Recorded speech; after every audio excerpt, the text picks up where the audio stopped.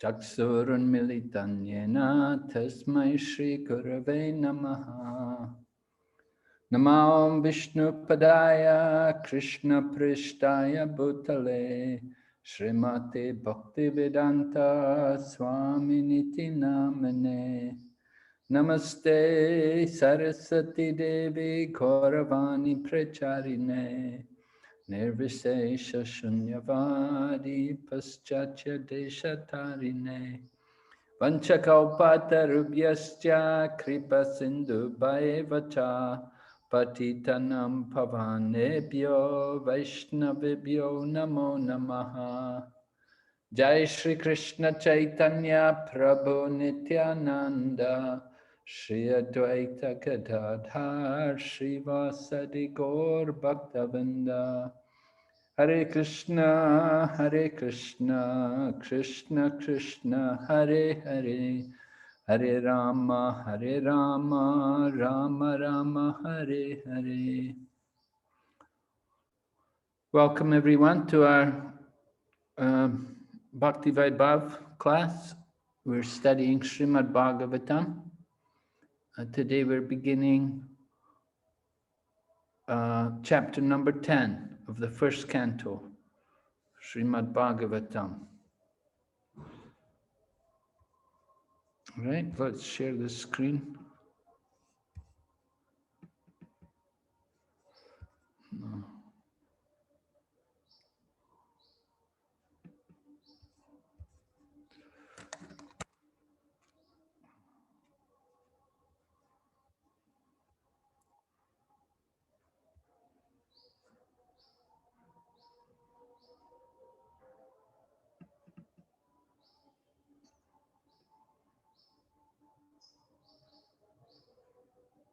Oh.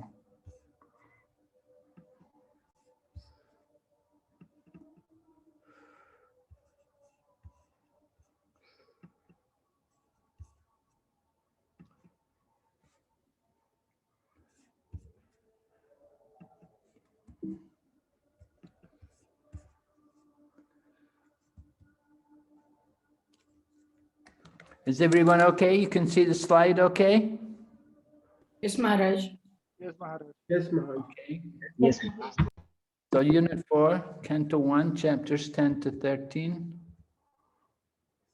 Lesson 1. Principles of leadership, the reign of Maharaj Yudhisthira.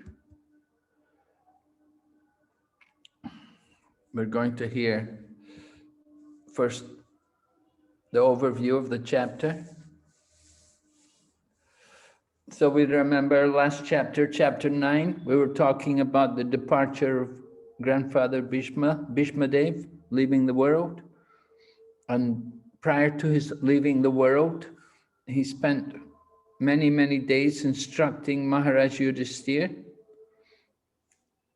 And he was instructing Maharaj Yudhisthira in how to rule the kingdom, how to look after the welfare of all the citizens.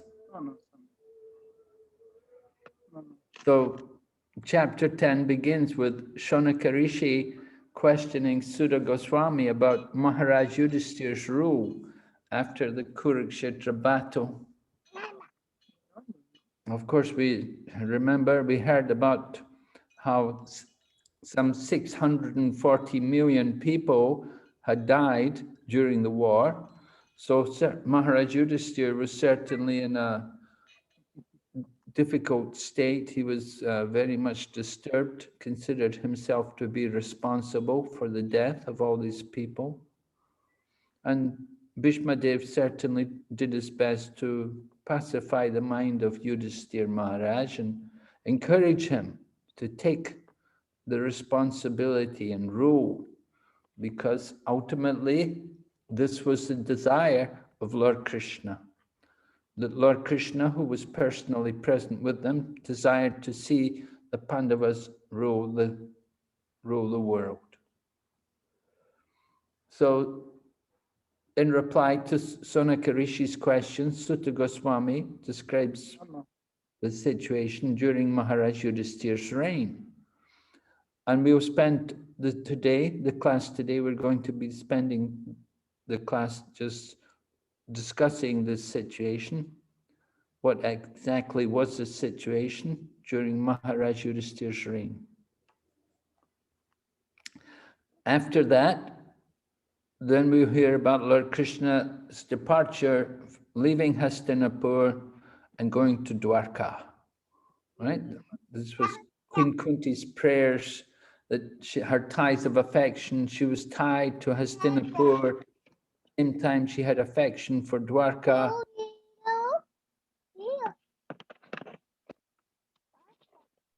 So difficult to disentangle herself, her affection for both places. So then we will hear about the ladies of Hastinapur and their wonderful appreciation of Lord Krishna. The ladies of Hastinapur are all on the rooftops watching Lord Krishna leave to Dvārakā, and they're offering very nice words. And then at the end of the chapter, we will hear how the Lord accepts the prayers of the ladies and goes off to Dvārakā. All right, so this is the topics. We'll have one lesson, one class today about the first section, and then tomorrow, or rather next week, we will study the other two sections on the Saturday, and we'll go on to chapter 11 on Sunday.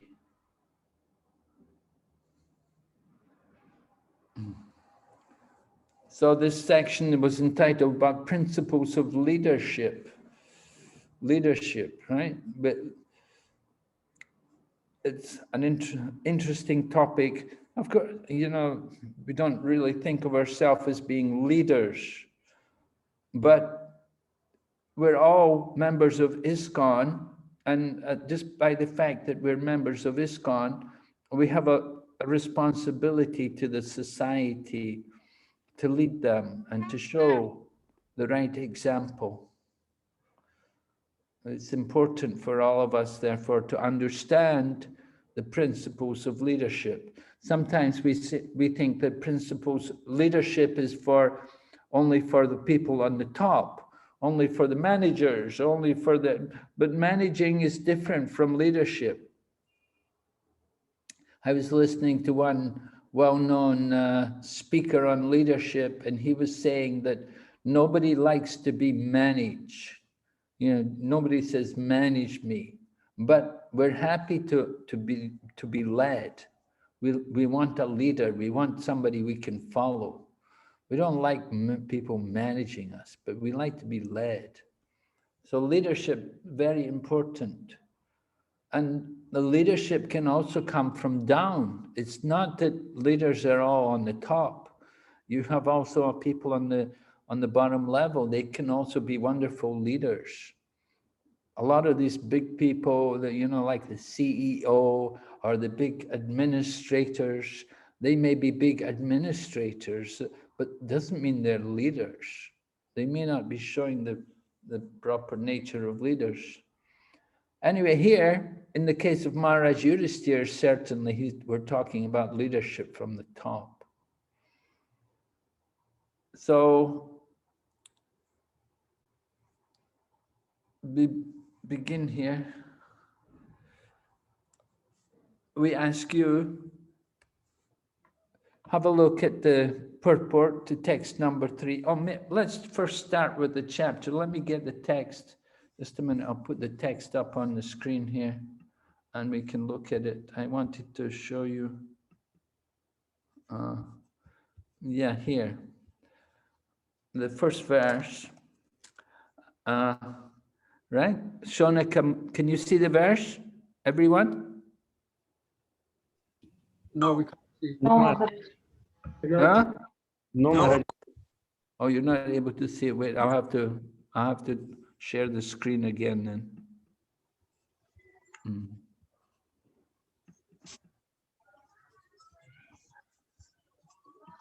Can you see it now? Yes. You can see the text, yeah? Yep. Okay, good. So the first verse of the 10th chapter, right?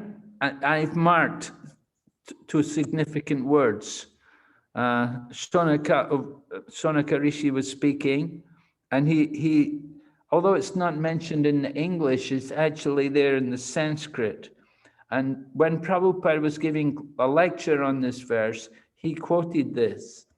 He quoted this statement, this Pradyavarudha Bhojana, Pradyavarudha Bhojana, that Maharaj Yudhisthira, because Maharaj Yudhisthira felt himself to be responsible for the death of so many people, so he was doing atonement. You know, when you perform some sinful activity, then we will want to atone for it. If we have a good consciousness, have a guilty consciousness, we will want to make some kind of atonement to try to make up for what we've done. And these two words indicate that Maharaj Yudhisthira was doing like that.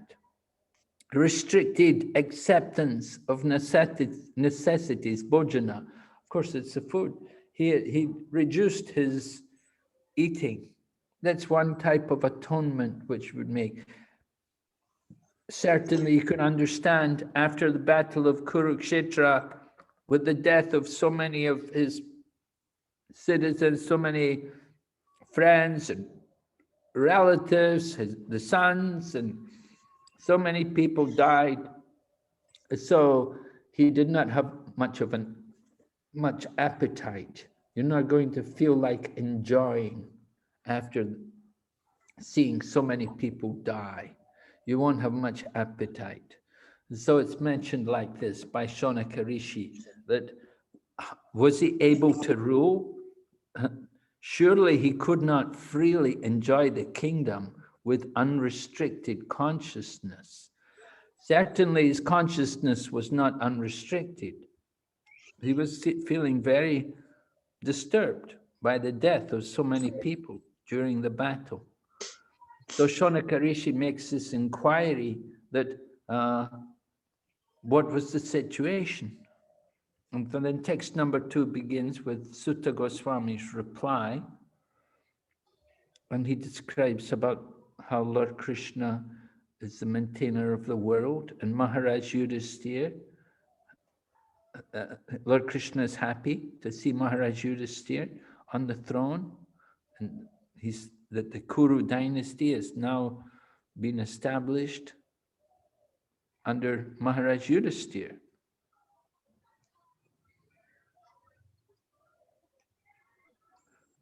So Kṛṣṇa wanted this, he arranged like this. And Prabhupada describes, like a bamboo forest, fire takes place, nobody's responsible. So it's the arrangement of Kṛṣṇa, it was the plan of the Lord.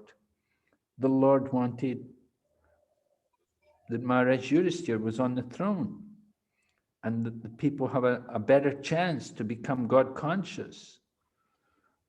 Prabhupada writes, the battle, just here at the end of the verse, the battle of Kurukshetra was fought according to the plan of the Lord, so that undesirable persons could get out of the world, and a peaceful kingdom under his devotee could be established. The Lord was therefore fully satisfied when King Yudhisthira was on the throne, and the seedling of the dynasty of Kuru in the person of Maharaj Parikshit was saved. Right? So, like that. And then Sutta Goswami then goes on to describe the situation with Maharaj Yudhisthira on the throne. What happens? What's the situation in the kingdom? We're going to hear about it, though. This is the 3rd verse, right? And so this is the question which we're asking you. Can you see this text? Yes. Okay, principles of leadership. In the purport, it says the modern elected executive head of a state is just like a puppet. So we ask you, can you identify some general principles of leadership given in this purport? Would you like to take a few minutes and just read over the purport and see if you can pick out some principles of leadership which are given here? We'll give you five minutes to read it over. Need more time? Rajshekhar Prabhu has raised his hand, Maharaj.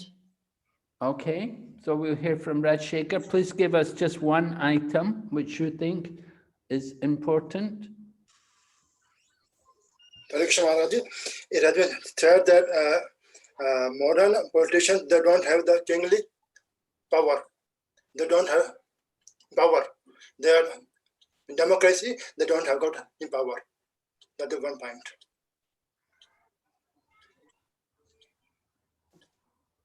Okay. So you're saying you're in favor of monarchy rather than democracy. Yes, Maharaj. You're saying this.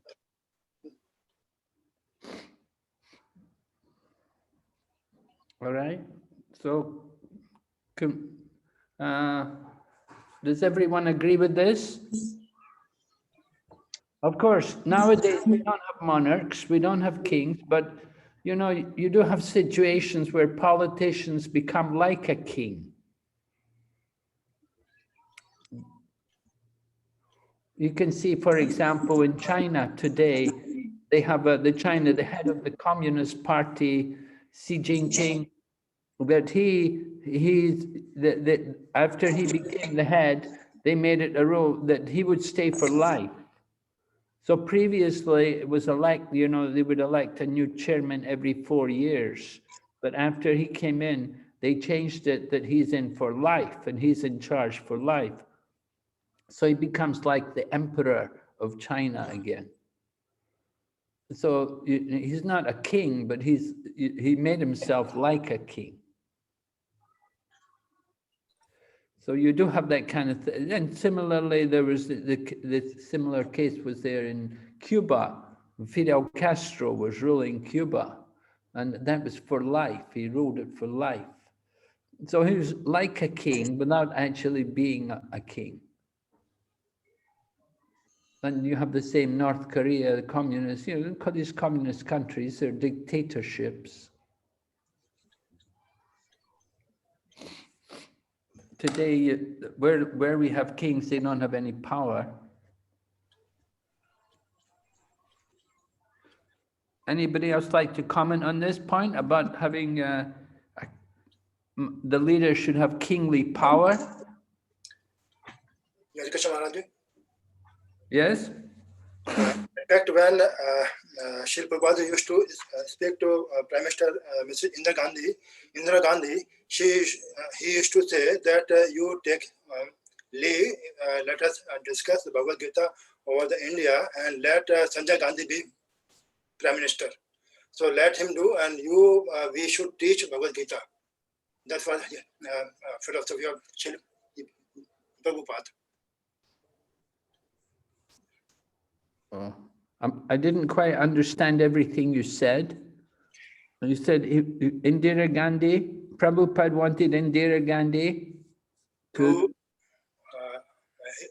engage her in the teaching of Bhagavad Gita. Oh. Leave the politics and hand over charge to his son Sanjay Gandhi. Okay.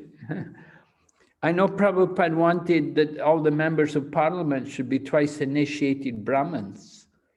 And he wanted that they should all follow the 4 principles. That was one of the proposals he was going to put to Indira Gandhi.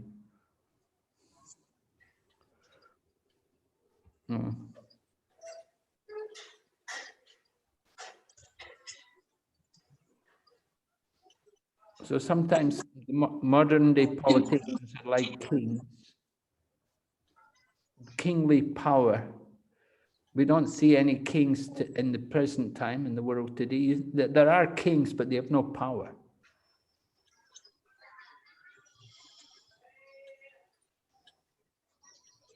maybe in the Arab states, in the Arab states where the rulers, they have power.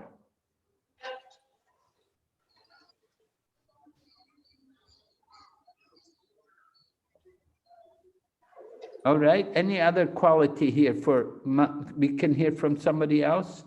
Anybody else has their hand raised, they can contribute?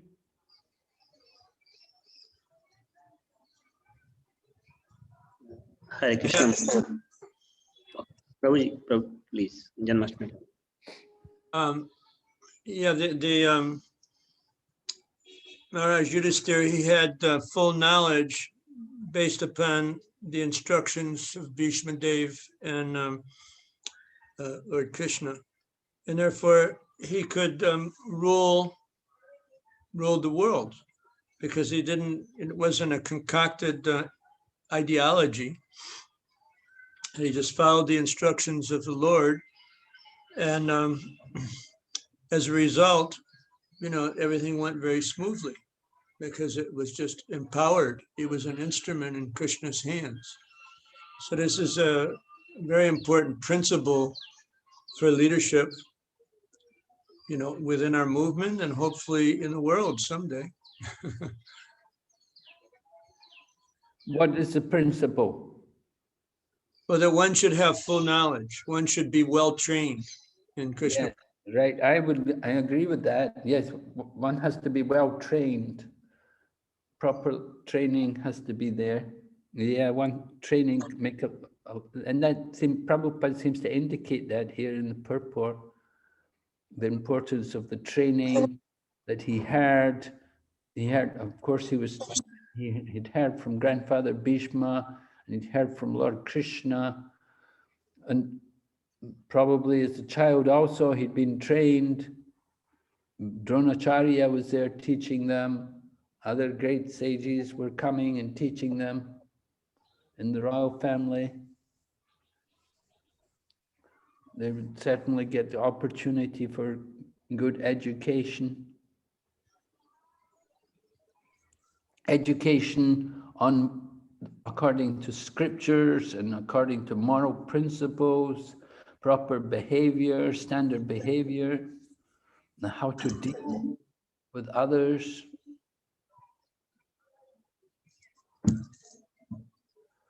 Like that. So this education, training, very, very important.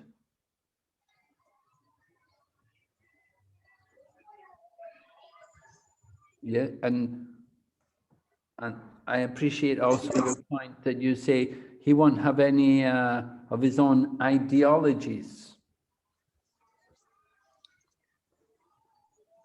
Rather, what will be guiding him? He won't have his own ideologies, but he'll be guided by Guru, Sadhu, and Shastra.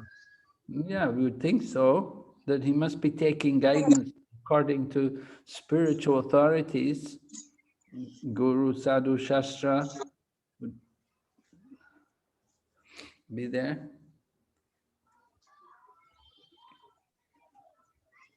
So in this way, Maharaj Yudhisthira would be able to properly rule the kingdom. And also, any other points? Hare Krishna Maharaj. Yes. In the beginning of the purport, it mentions how Maharaj Yudhisthira, although he's the monarch, he would work with full cooperation of his younger brothers who were very dharmic. So he was the king, monarch, but he would be speaking with, obviously, and taking advice from his younger brothers. And later on, it mentions also that he had no personal motive, that they was perfectly religious. So that's the ingredients for a good kingdom. I can imagine if there's a king who's an atheist and all his advisors are atheists, then they're all going to have personal motives. But only devotee can be free of personal motive.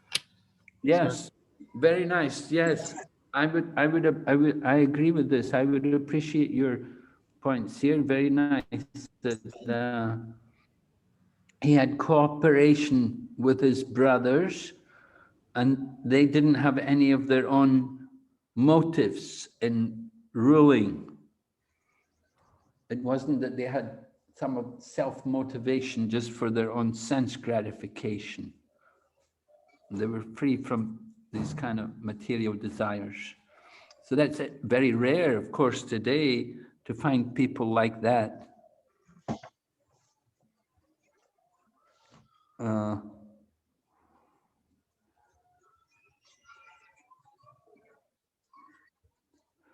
And the result of the fact that the result of their ruling was shown that the world, Prabhupada writes, the world was happy in those days. So when you get the good ruler, then it makes so much easier. The people are happy. Just like we hear about during the times of Lord Ramachandra, Ram Raja, Lord Rama had the policy that anybody has any complaints, they can come. They can come, but nobody ever came. Everybody was so fully satisfied, so happy. Everyone had all their needs. They had no scarcity. And although Lord Ramachandra was there and he had the power, anybody can come and tell that whatever's wrong, whatever complaints they have, he's ready to hear, but nobody would come. So similarly here, Maharaj Yudhisthira, the perfect ruler, that because he has no selfish motives, without any personal motive and manufactured ideology, therefore he could rule very nicely. And it mentions that the principles were infallible and universally applicable to everyone. So that's also a very interesting point, that it's applicable to everyone, for everyone, not just for a few, not just for some special people or for some low class or high class or whatever, but it's principles which are valid for everyone. And infallible principles, infallible, they can't go wrong, they're going to work, it's all going to take place, it's all going to happen nicely. So in this way, we see some of the principles. Anybody else? Any other points somebody would like to add? Hare Krishna. Yes, Hare Krishna. Maharaji, one more thing is that here example is given as Indra, Chandra, they are the representative of a planet. Same way, there must be one leader for the entire who is representative of Kṛṣṇa, and then other leaders should follow, because government doesn't mean government means the person itself. So there must be one leader of the earth who is representative of Kṛṣṇa, and then other leaders like Pandava's brothers were following him. Other leaders should follow that one leader. So you're saying you want to see monarchy, one king, one ruler. Yes, Maharaj. But they have a saying that power corrupts, and absolute power can corrupt absolutely. This is the problem when you put one person in charge, you see. And we see, for example, Bhaktisiddhanta Saraswati and our own founder Acharya Bhaktivedanta Swami Prabhupada, they didn't want to put one person in charge because they thought, very dangerous, very dangerous. You put one person in charge, and if he goes wrong, then the whole thing falls apart. So that's the problem, right? What can you say in reply to this? Maharaji, Prabhupada is the one person who is perfect representative of Kṛṣṇa, and all other leaders are following that one leader. That's why everyone is going on the right path. So there is one leader, as I can understand, maybe my understanding may be totally wrong, Maharaji. Well, you're saying, yeah, Prabhupada, Prabhupada he became prominent in his old age. And Prabhupada didn't put one leader behind him to carry on. Yes, Maharaj. You have to have some living person, right? We can't just say, we follow Prabhupada's teachings, but we can't have Prabhupada to make the decisions for us every time. There's going to be many decisions to be made, and Prabhupada's not physically present. So just like we say, you have to take initiation. When you come to take initiation, you have to take from a living person. Yes. And similarly, you're going to have a ruler, a leader. It has to be a person who's physically present to lead us. We cannot be led by somebody who was in the world 100 years ago and who's gone now. You know, you can take shelter of his teachings, you can associate with his teachings, but still you need the physical presence of people, of some leaders. Isn't it? Yes, Maharaj. I got it, Maharaj. Yes. Yes. Right. So just like in ISKCON, we could say, well, we're all following Prabhupada. Yes, we are. Prabhupada is our Shiksha Guru for everyone. He's the Guru for all the devotees. And we take shelter of his teachings. But still, we need the living example. We need to have the living persons there to guide us, and we have to see that example.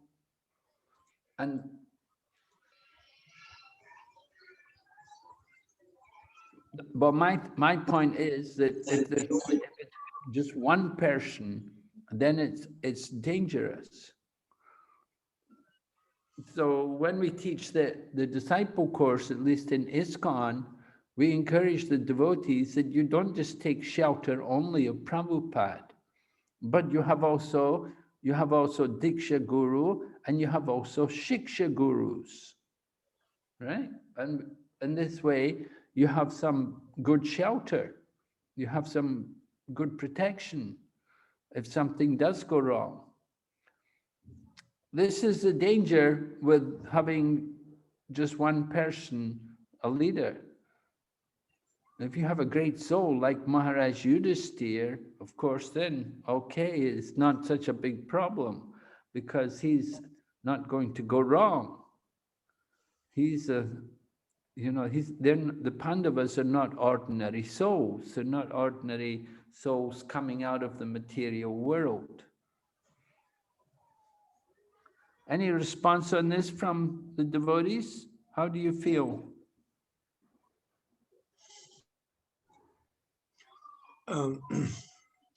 I have a response. Yes, Prabhu. Yeah, I don't know. Should we be in the hand-raising modality? Or so it's hard to know what to do. So it seems to me like this with Maharaj Yudhisthira, he was specifically empowered by Kṛṣṇa. Prabhupada was specifically empowered by Kṛṣṇa. So sometimes very, very empowered personalities come to the planet, and that's what would be required to make it work with monarchy, and that would be, I think, self-evident if such a personality were to manifest, if Kṛṣṇa were to send someone like that. I mean, Prabhupada, his vision was that the GBC was the ultimate managerial authority for ISKCON, and so that's, in many ways. There's one professor, what's his name? I can't think now, but he was, he met with Srila Prabhupada in Philadelphia at the Rath Yatra one year. He was from Franklin and Marshall College. The name is escaping me right now. But he, recently there was a presentation that he made at Harvard Divinity School. And he compared Christianity, Islam, and the Kṛṣṇa consciousness movement. And he's, in his comparison, he saw that the first 50 years of ISKCON was even better than the first 50 years of Christianity or Islam. And why was that? I mean, Prabhupada had a vision. There's been challenges, no doubt, in the last 50 years, 50 plus years now. And some of the leaders didn't do well, but the GBC has kept going, and ISKCON is thriving. Some places not thriving as much as others, but it's doing remarkably well. There's so many books being distributed, so many new devotees joining. Literally millions of people are coming to Krishna consciousness. You know, the Mayapur Institute now has the biggest enrollment ever, all online. So, you know, things are looking up. But that still in all, there's always that scope, you know, that there will be a specifically empowered personality that Krishna will send to enact this principle that comes from Vedic times of one world government and spiritual communism. Definitely part of Prabhupada's vision. He saw the fallibility of trying to enact that after his departure. Same thing with Srila Bhaktisiddhanta Saraswati Thakur. But that's not to say that some great personality won't come. Anyway. Okay, yes. Yes, some people say like this, that we need some great personality to come. And in the absence of great personalities, then we just simply have our GBC, or we have the board of management. Of course, in Maharaj Yudhishthir's time, Maharaj Yudhishthir would also be guided by Brahmanas. There was also the Brahmanical council would be there, you know, the Brahmins would be there to guide him, and he'd certainly have them to hear about how to improve the government. It's not that he was just independent, just doing everything on his own. He had his 4 brothers. Then he had all the Brahmanas there as well. Certainly he'd be hearing from them.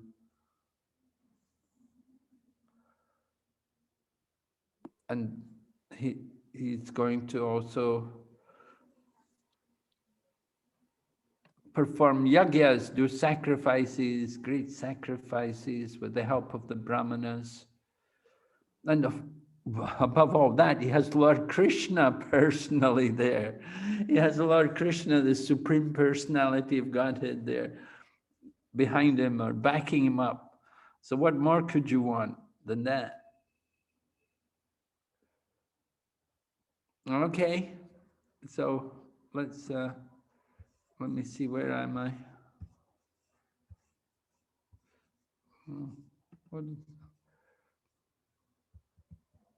Okay, identify principle. Okay, we covered this. Going ahead, here's a quote from the purport. The conception of one world state, Janmastami Prabhu just mentioned that about the one world state. It can only be fulfilled if we can follow the infallible authority. An imperfect human being cannot create an ideology acceptable to everyone. Only the perfect and the infallible can create a program which is applicable at every place and can be followed by all in the world. So this idea, the one world state, very idealistic, hard to imagine today. But in Maharaj Yudhishthir's time, it was like that he was ruling the world. Although there were different states, but they were all under the one Hastinapur. The royal palace was there, and they ruled the whole world, and he could perform the Rajasuya sacrifice.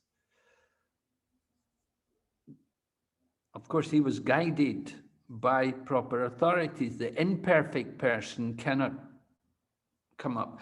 We have a lot of imperfect persons. We have, like, you know, Karl Marx and his communist theory, and then you have You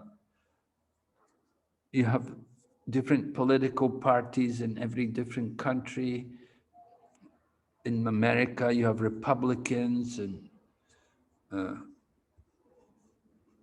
in England, you have the Conservative and the Labours and the Liberals, and then you have the Scottish National Party, and you have so many different individuals. They all come up with their ideology, what they want to do. So what is applicable can be followed by the whole world. This is the point.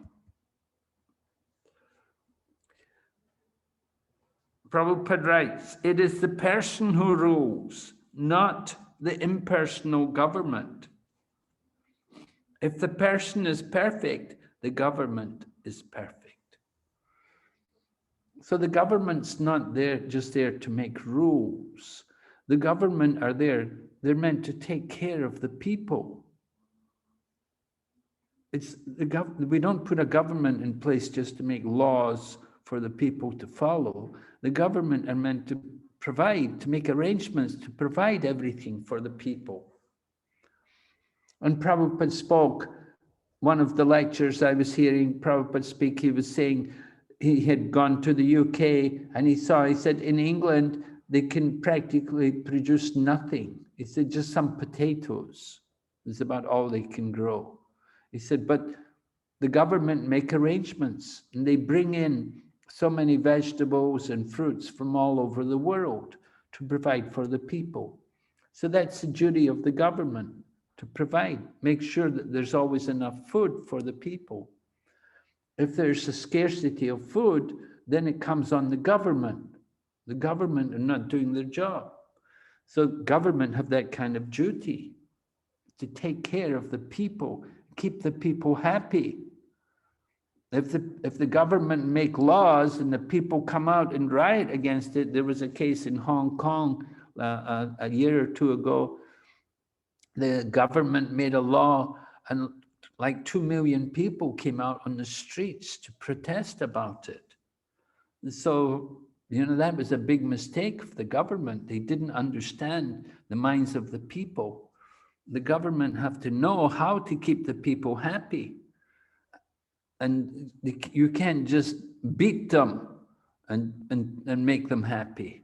That's not really the mood of a leader. Leadership is not just, you can't just beat the people into submission to do what they want. The leadership, when you have the proper leadership, the people will want to follow. There has to be that mood that you're willing to sacrifice your life for these people, that you really appreciate them. There has to be that kind of loving relationship between the mass of people and the leader. Therefore, the executive head must be a trained person like Maharaj Yudhisthira, and he must have the full autocratic power to rule over the world. So Prabhupada mentions about how, we should have an autocratic ruler. So very, very special. Put somebody in charge. Could you imagine one person ruling the whole world? I think just recently, just the other day, they had a revolution in Burma and Myanmar, and they had put a democratic party in power, but one of the dictators, he came and they've overthrown the government and a lot of instability going on. So this is very common all over the world, even just for one little country, what to speak of the whole planet, if you have one person ruling the whole planet. Another quote, this world is created by Kṛṣṇa and he wants to see it properly maintained. And who will maintain? His own representative, not the demons. Therefore, king is supposed to be a representative of Kṛṣṇa. He will maintain this world properly. A Vaishnava, he knows how to utilize everything for Kṛṣṇa. So an important qualification is he must be a representative of Kṛṣṇa. Without that, then we cannot be very sure of the future. The aim of this creation is giving these conditioned souls another chance for liberation. That is the purpose. When he saw now Maharaj Yudhisthira is situated on the throne for the control of the world, he, Pritamana Bhubhavaha, he became satisfied. There is my real representative, and he will work nicely. Prabhupada lecturing on the second verse of this chapter here in Mayapur. So he understood. Krishna was thinking, there is my real representative. He will work nicely. So Bhishma Dev was happy to see Maharaj Yudhisthira on the throne, and Lord Krishna is also happy to see Maharaj Yudhisthira on the throne. So they trust him, they have faith in him. And because they have faith, certainly many others will also have faith. Maharaj Yudhisthira had no ideology of his own. He had but to follow the instructions of the infallible Lord and the Lord's representative and the authorized agent, Bhishma Dev. It is instructed in the Shastras that one should follow the great authority and the infallible Lord without any personal motive and manufactured ideology. So some important points here. You can see no personal motive, no manufactured ideology. We brought this up, right? And he must be following the instructions. Follow the Lord and Sadhu, Shastra, and Guru, right? Sadhu, Bhishma Dev, Shastra, spoken by Lord Krishna. Guru is also Krishna. Therefore, it was possible for Maharaj Yudhisthira to rule the whole world, including the seas, because the principles were infallible and universally applicable to everyone. So, to have a world ruler, Maharaj Yudhisthira, one world under one king. Certainly, we could think, well, it's very nice. You don't have to pay for so many politicians. You just have one ruler. Makes it much easier. If you have any complaints, any problems, you just go to that person or to his representative. Of course, how many people can you take care of? Psychologists today, they say, you can't have more than 150 close friends or connections. To have more than 150 people will be practically impossible. You can't remember them. Can't remember who they are, you know. Somebody has if you have 1,000 disciples, you don't know them. You can't remember them. So you can have about 150 close connections, but no more than that.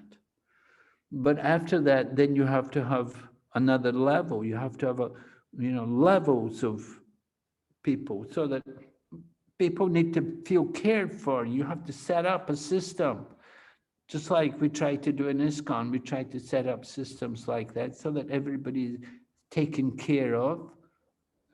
They feel wanted, they feel connected.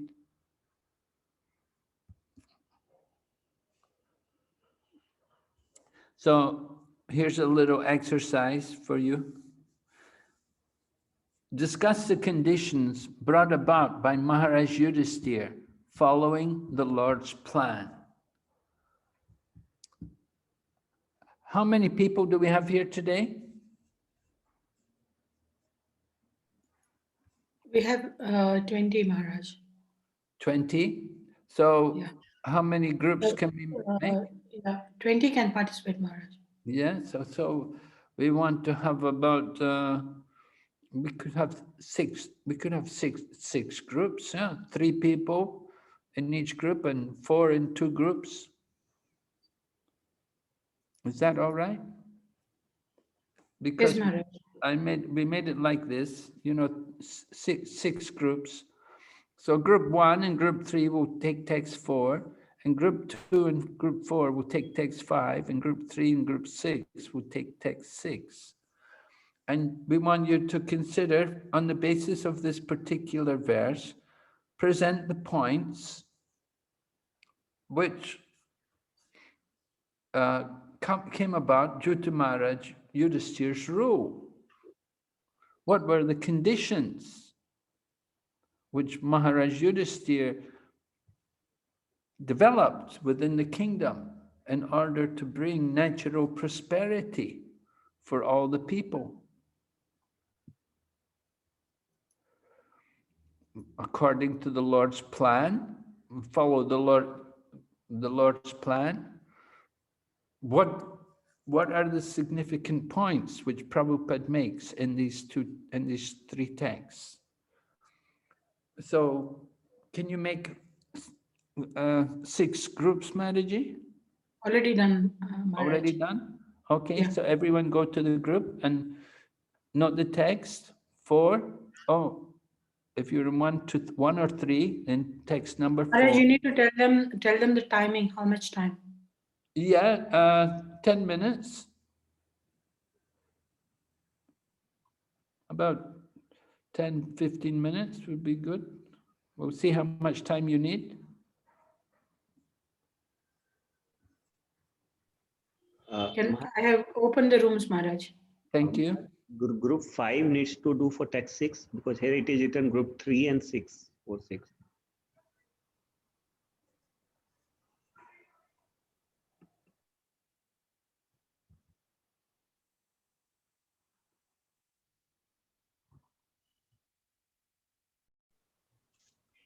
Okay, very good.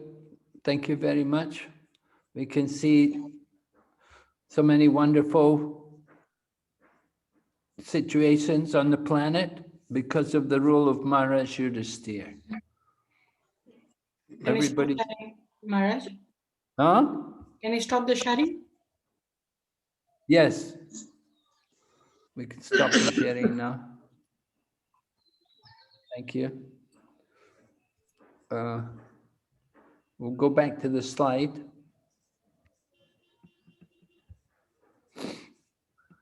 All right.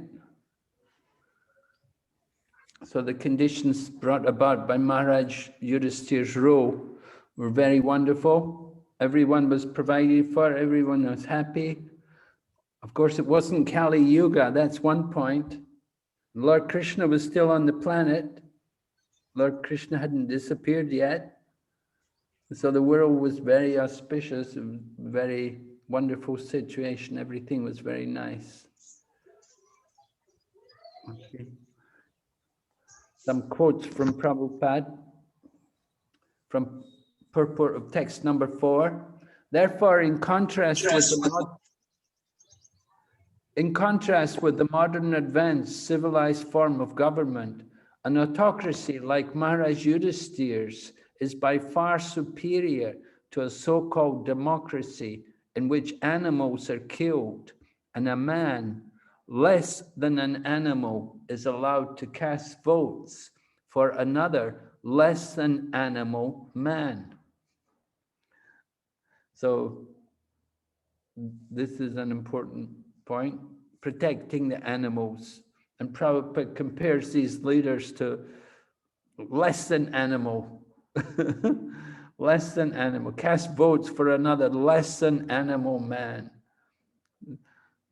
Prabhupada certainly has a realistic opinion of these so-called politicians, and they're nothing compared to someone like Maharaj Yudhishthira. To produce a new species of humanity at the present moment on the basis of God consciousness and perfection of human life, the ideology of godly communism, the world has to again follow in the footsteps of kings like Maharaj Yudhishthira or Parikshit.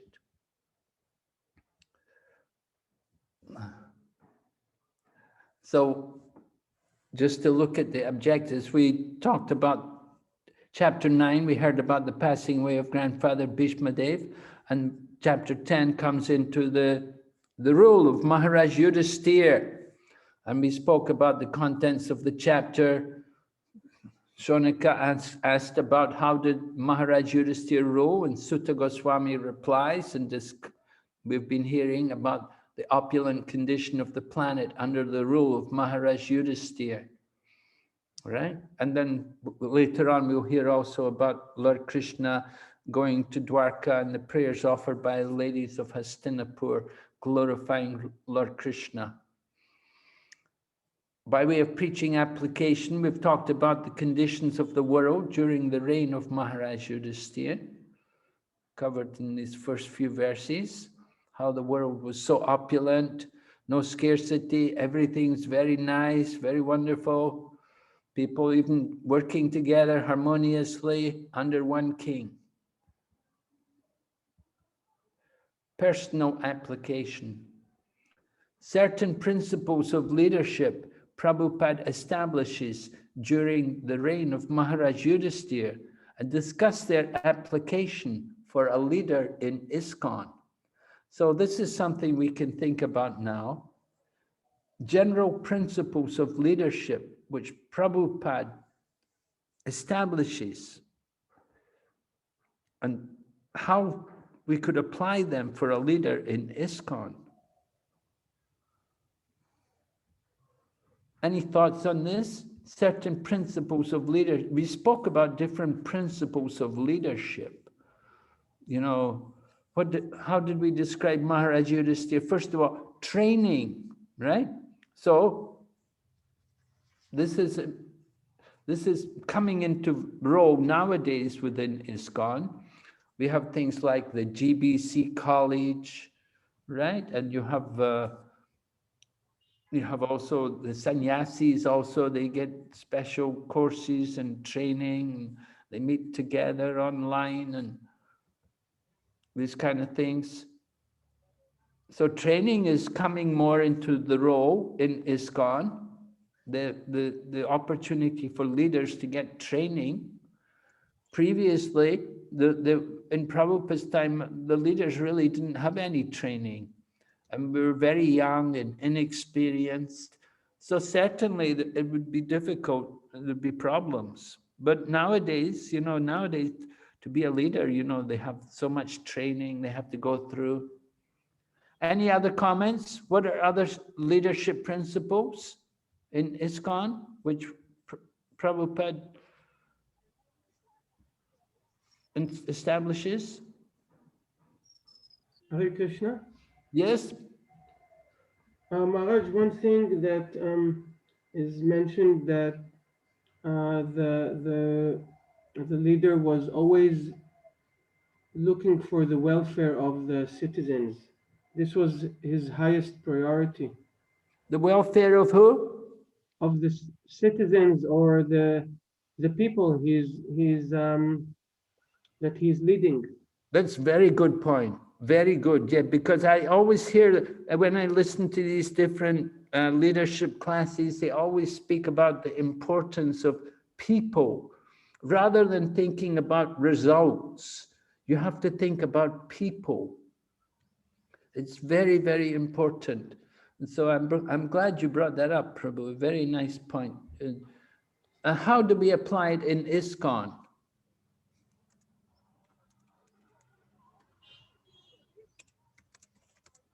Do you see that as far as leaders in ISKCON go, that we're very conscious about people? Do we give proper attention to the people? Hare Krishna, Maharaj. Yes, Prabhu.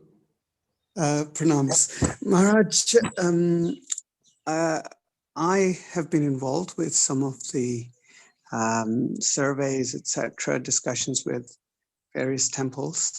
And one of the points that came up was that the people, at least in the groups that I had discussed this with, felt that they had very little interaction with the leadership themselves.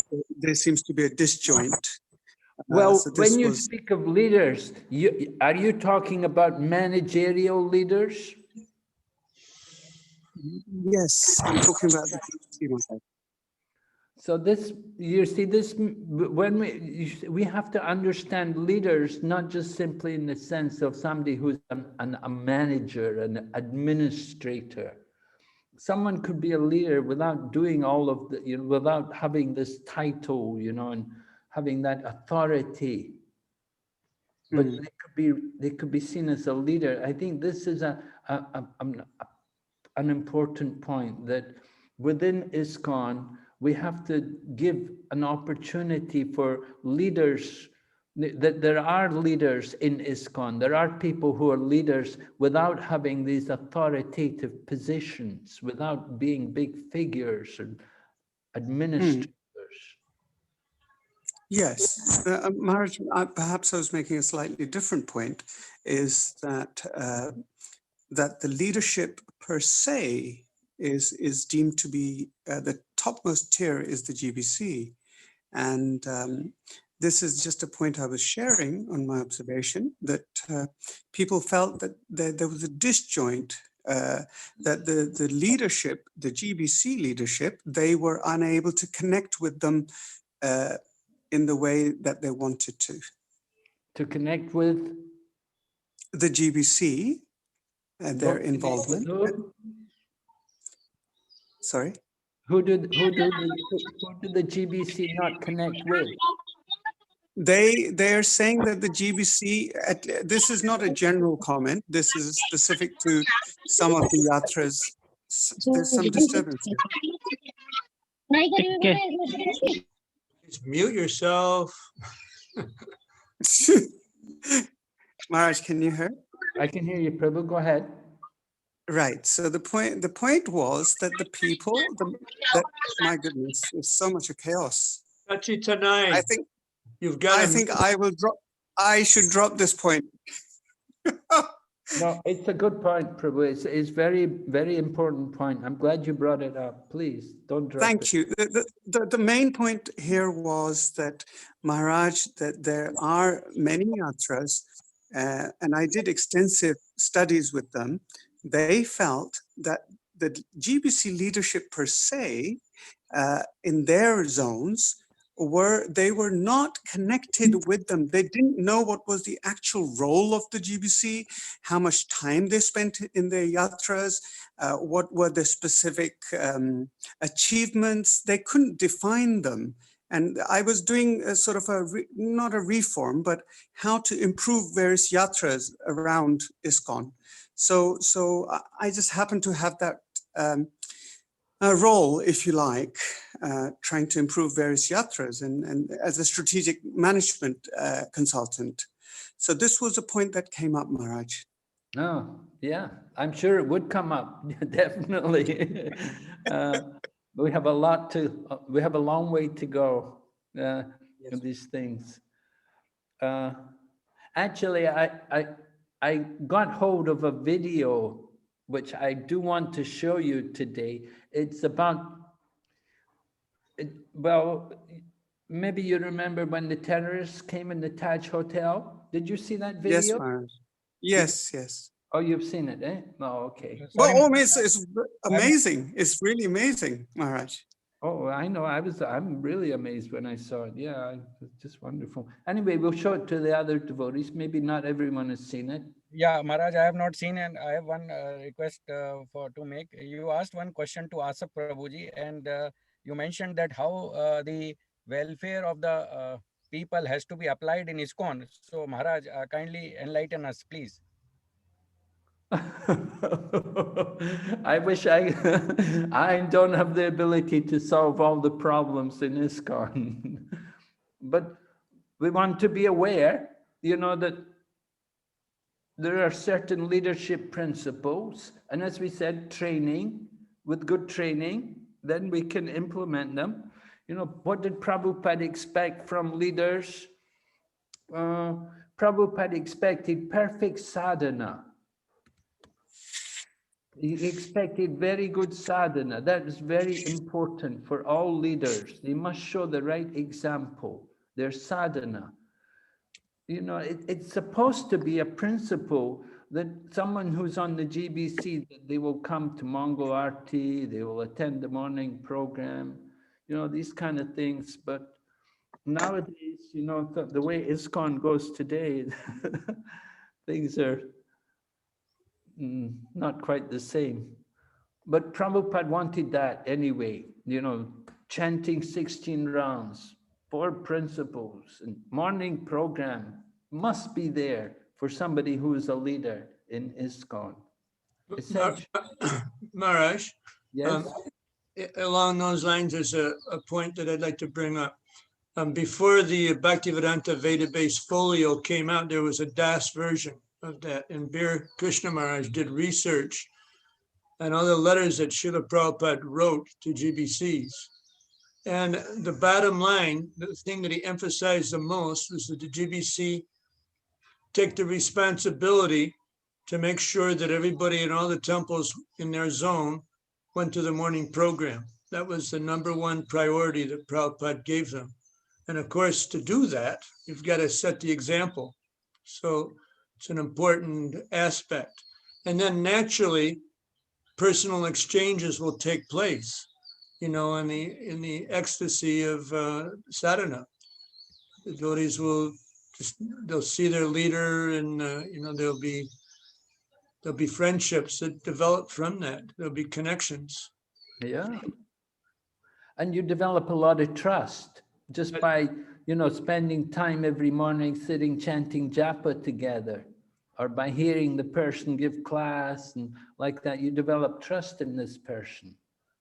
Bhakti Tirtha Swami was always present in the full morning program with japa. And I saw the same thing he had so much love between himself and his followers. Same thing with Radhanath Swami. He's always there chanting japa with the devotees, and it's super powerful. That's my experience, so there's a whole mood that's created by that. And then you see temples like Chopati and Pune and Calcutta, they have the strongest sadhana practices in the world, practically speaking, because the leader sets the standard. Yeah, right. So this is very important point, sadhana.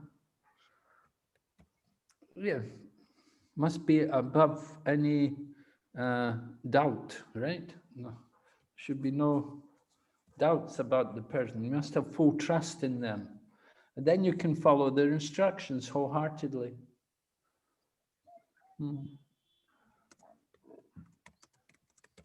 Okay, and Maharaj Yudhisthira himself was obedient to the instructions he got. He took instruction from Bhishma Dev and from Lord Kṛṣṇa, and he faithfully carried out their instructions. So the same way Prabhupada gives instructions, and the leaders in ISKCON have to follow these instructions themselves. Prabhupada taught us that the action speaks louder than words. If you just simply give instructions to others, it's not as, but if you don't follow yourself, it's no good.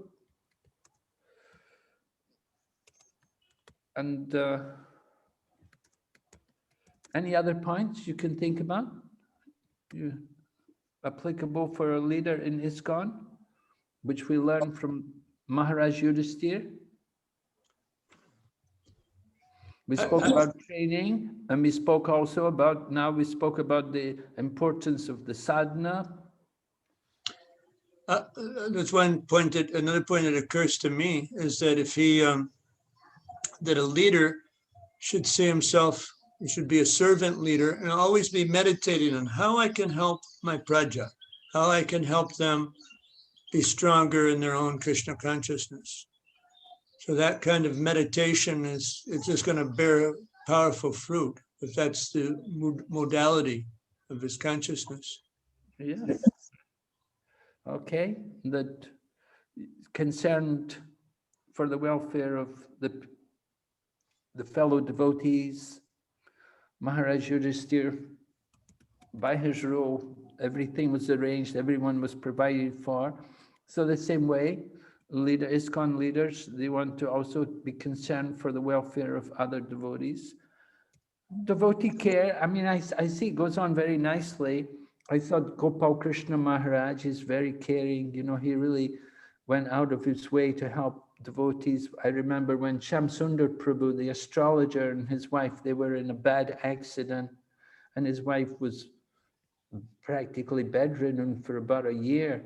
Maharaj took care of them. He arranged for them to be taken care of in Delhi temple. You know, so like that, he's very caring.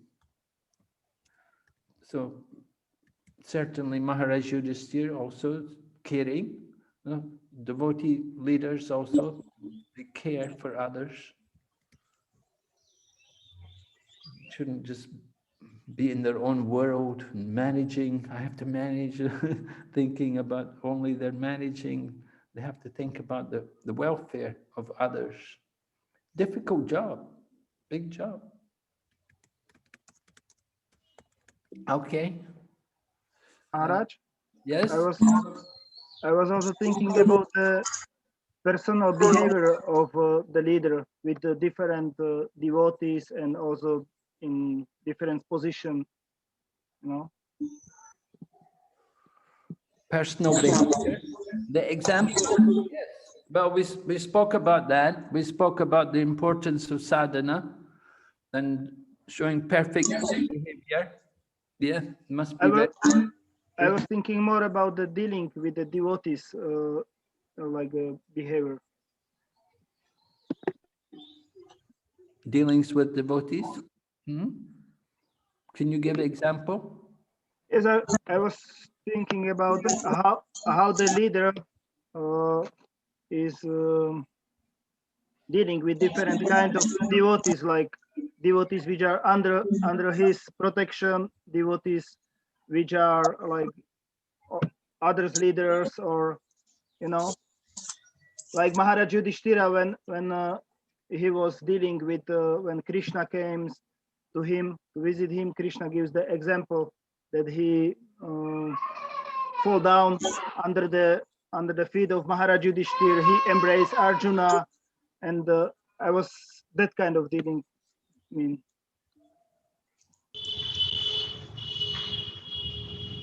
Okay, so yeah, having proper respect, relationships, personal relationships. Okay, we have one, Mood and Mission. We didn't really pick out any examples from Prabhupada's purports about Prabhupada's Mood and Mission, but Prabhupada did speak about the importance of the cows, and he does speak about how we don't want these factories don't really help us.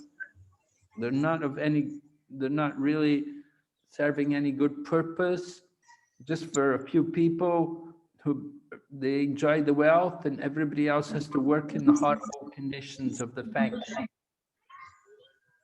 So Prabhupada certainly liked a more natural way of life,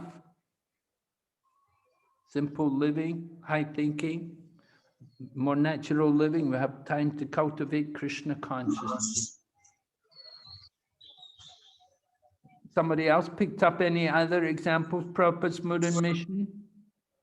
Prabhupada certainly wanted a better life for everyone. Prabhupada, before he left the world, he said, if I have done anything, I've given a better life for so many people. So Krishna consciousness is to give people a better life.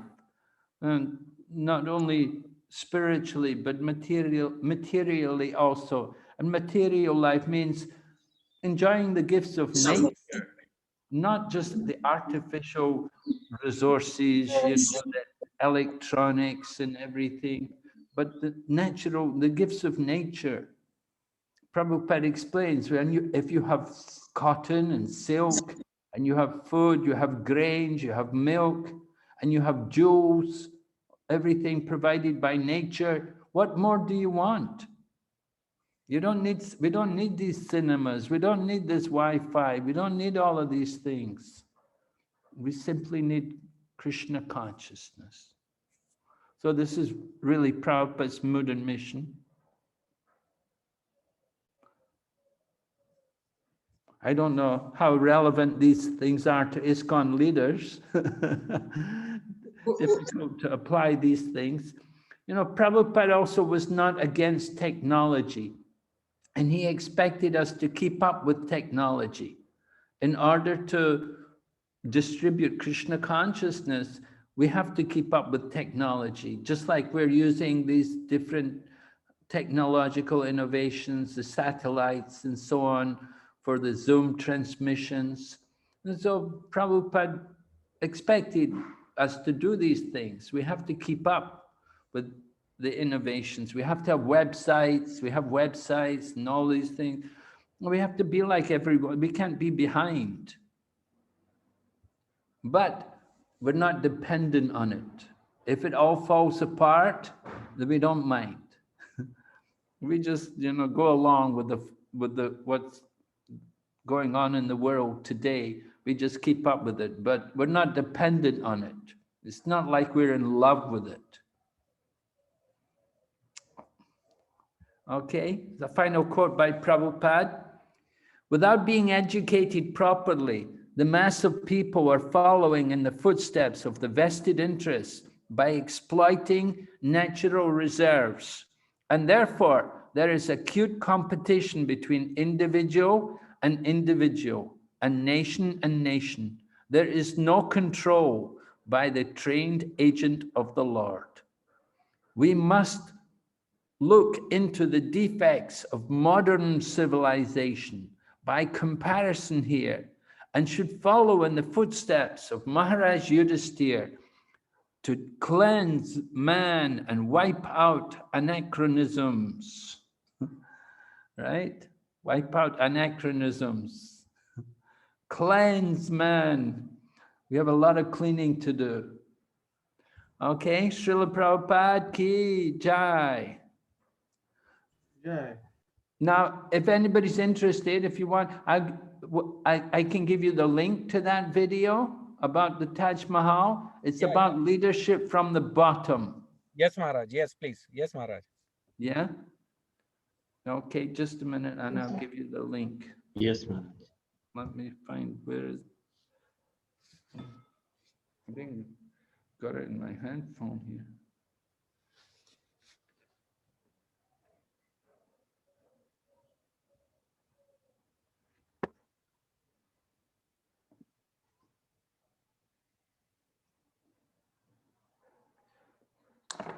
Okay, so it's YouTube.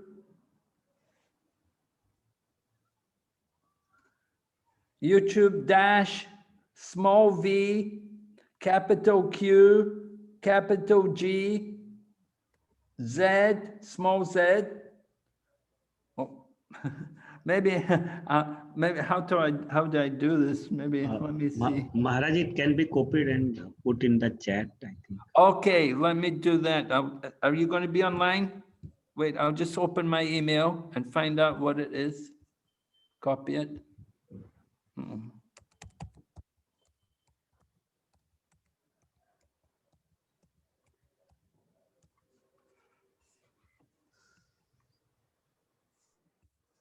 We also have a WhatsApp discussion group. Padma Sundari could post it there. Padma Sundari Mataji. Oh, really? Yeah. If you send me in WhatsApp, I'll post it, Maharaj. Oh, okay. That's probably the best way. And then it's not lost. If we put it on chat, then it's If lost. you can't copy it, you can take a screenshot and also you can send it. I can send it WhatsApp, yeah. Okay. So we'll leave now? Okay, I'll just send it to Padma Sundari. She'll send you. Okay. Thank you so much, Maharaj. Hare Krishna. Thank you, Maharaj. Thank you, Maharaj. No. Hare Krishna. Thank you, Maharaj.